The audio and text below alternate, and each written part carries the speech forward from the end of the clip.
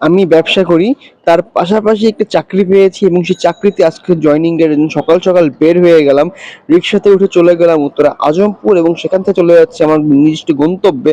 এবং গন্তব্যে যাওয়ার জন্য যখনই উঠলাম রিক্সাতে, উঠার পর দেখি ভাই সে একটা রোদ, এবং এত রোদ যে মানে বাতাসও লাগতেছে, একটা হিরো হিরো ভাব, মানে কি একটা অবস্থা।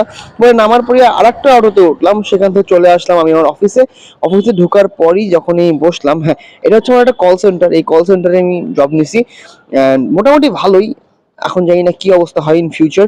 দোয়া করবেন সবাই যাতে ভালো মতো চাকরিটা করতে পারি। পার্ট টাইম চাকরি, এখন ব্যবসার চাকরির মাঝখানে একটা প্যাচের মধ্যে পড়ে গেছি। খুব শীঘ্রই আমার দোকানে, মানে আমার যে দোকানটা আছে সেখানে আমার দুজন লোক প্রয়োজন, সেলসম্যান।